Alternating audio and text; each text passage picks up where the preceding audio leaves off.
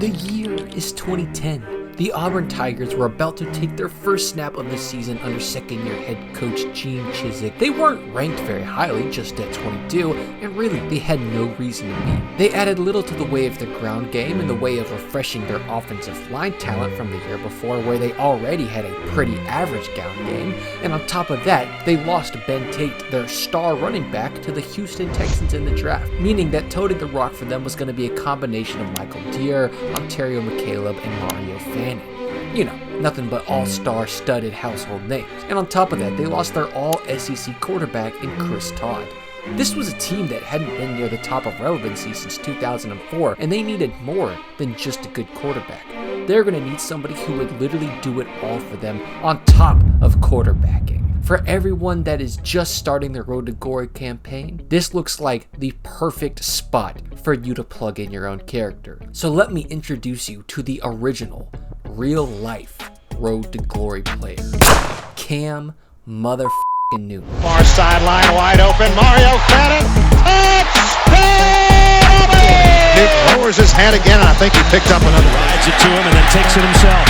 Broke a tackle, puts his hand on the grass and down the sideline. Then throws deep down the field, Blake at the 40. See you later, Emory Blake, 94 yards. Newton, nope, wants to throw, scrambles out, and it's cut by McCaleb. And it's amazing what God can do in a person's life. Who would ever thought, a person from College Park, Georgia, will get an award with such prestige and tradition.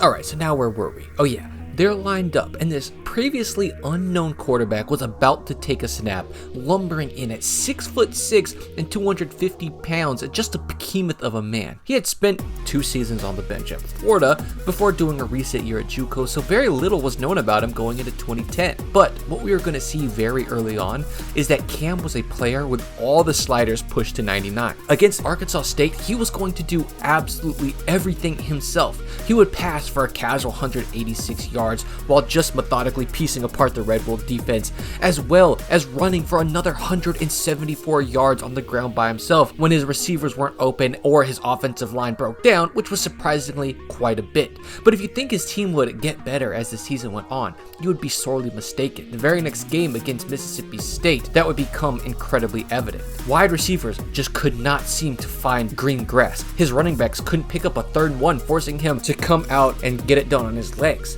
But his line just wasn't getting any push. Heck, his punt return team gave the ball back to the Bulldogs. But surely as the sky is blue, Cam would put them on his back, passing for 136 and rushing for another 70. Once again, leading his team in the rushing category, but also being not too low on the receiving category, as he'd be the recipient of a double pass for a 20-yard pickup. Thanks to the Mississippi State breaking down an offense, they were able to escape with a win. But this game was going to start making it very clear how much they needed Cam to even have a shot. But their battles were only going to get harder from here on out, as they're about to go through the South Carolina team gauntlet, starting with the Clemson Tigers, where Super Cam would have to fight through a tough Tigers team, including a guy who ironically little Isaac Punts got to watch growing up in the name of Marcus Gilchrist, but is just 7 completions. Cam would create 213 yards of offense for them to complement his 68 yards he would get on the ground, as they would be able to grind out a win thanks to a huge 3-touchdown 3rd quarter to pull Auburn back from behind, which was a common theme, before going on a very solid field goal drive in overtime and willing the Clemson kicker to miss. But that game was nothing compared to the South Carolina game, facing down one of the best defensive backs in college football that year in Stephon Gilmore, and just an absolutely stacked defense in general that featured Melvin Ingram, Cliff Matthews, Travion Robinson, Devin Taylor on defensive line, as well as 5 future NFL defensive backs. Cam would not waver. He would throw 21 passes, connecting on 16 for a whopping 76% completion percentage, 2 touchdowns, and a humble 158 yards of passing, which would expose one of the lesser talked about parts of his game, which is just good, sound, solid decision making, taking those low risk passes and relying on your legs instead of just taking pop shots downfield. And when he relied on his legs, which he did 25 times, he picked up 176 yards, which was over 7 yards per run attempt, and a touchdown. Like, look at this, he leaped from the 7-yard line to make it into the end zone. And all of this, once again, coming from from behind as the Gamecocks jumped out to a 20-14 lead in the first half. But Cam was just a playmaker. They could not seem to tackle him in the backfield. He could keep drives alive. Heck, he was keeping plays alive with his legs. And eventually, when he took a lead in the fourth quarter, they would then drive the dagger in against South Carolina because they were playing so much contained just for Cam that almost any run or pass to the perimeter was going to give them a huge chunk play, which looked like the final bubble screen given to Dyer, leaving him with a nice one-on-one with a safety where he'd put the game away from 12 yards out. From here, they would roll through Louisiana Monroe before fighting a gritty game against Kentucky, but their best wins of the season were still ahead of them, starting with number 12, Arkansas. And here it would just be a top to bottom total team performance, mostly dominated by the 330 yards put up on the ground, with Cam contributing almost 200 of those yards by himself. And when he did go to the air, which he did 10 times, he was averaging 14 yards per completion, putting up a touchdown and not giving the ball away a single time. Games like this are why Cam doesn't get enough respect.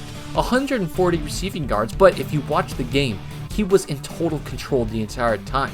The Arkansas defense did not know what to do. If you stop the pass, Cam runs. If you sell it to stop Cam, he hands the ball off. If you stop who he hands it off to, it goes back to him, and if you sell out to stop Eddie runs, then he just picks up a huge chunk play in the air.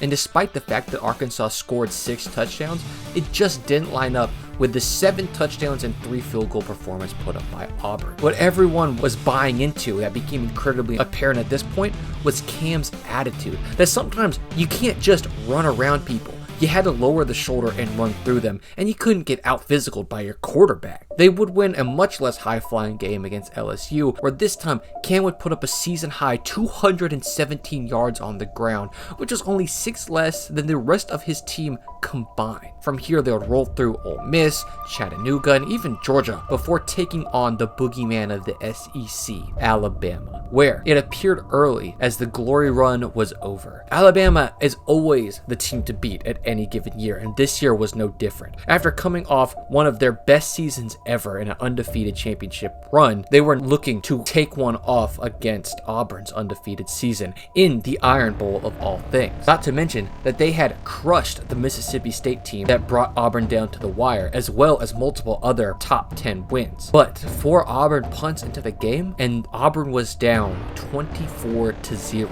That would not waive custom character Cam though. 7 minutes left in the half, and he would start to drive, pulling it, running, slinging darts across the length of the field, and then finally finding Blake for 36 yards and the first 7 points for Auburn. The second half would roll around, and we would see Cam arise again, throw by throw. They dared Cam to beat him with his arm, and beat them he would, piecing apart the Crimson Tide for 216 yards and 16 completions, as well as 3 touchdowns, as McCaleb would get a bulk of the rushing, since Bama defense was selling out so hard to just try to stop Cam for winning the game on the ground. As the clock struck 0, it was Newton kneeling the ball.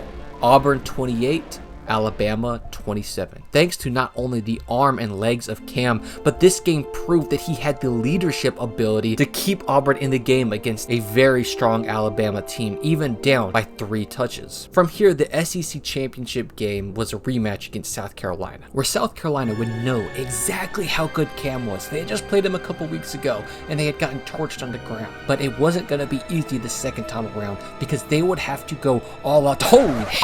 The fuck happened here? Talk about scorched earth, as Cam would put up 400 yards of total offense, passing for over 330 yards and 4 touchdowns, while rushing for another 70 yards and 2 touchdowns, pretty much cementing his Heisman victory with one of the highest voting percentages of all time, at 83% of the first place votes going to him, as well as being the Associated Press Player of the Year and SEC Offensive MVP. But this isn't his final test, as he'd have to go out and play in the BCS National Championship with all eyes on him.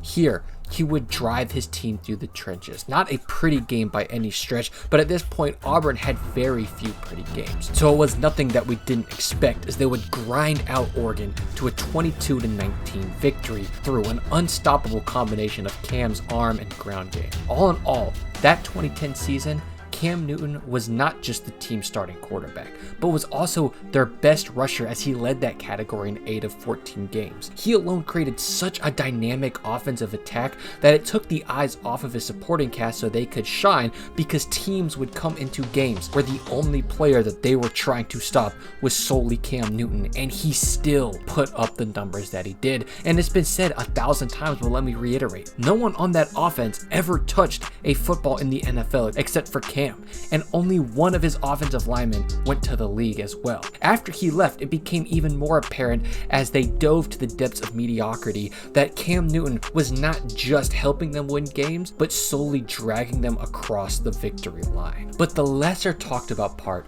was what Cam did on that sideline. His ability to elevate the play of those players around him to not just play harder, but to drop their shoulders and get increasingly more physical every single game as the season went on, was something that could not be quantified in numbers. But what he was able to do for this team for years on end, to take them from a group of players that should have at most won 7 games in that schedule to go on and win the national championship, is why Cam is always referred to as the first true road to glory player. Wide open, lets it, Kirk it in the end zone.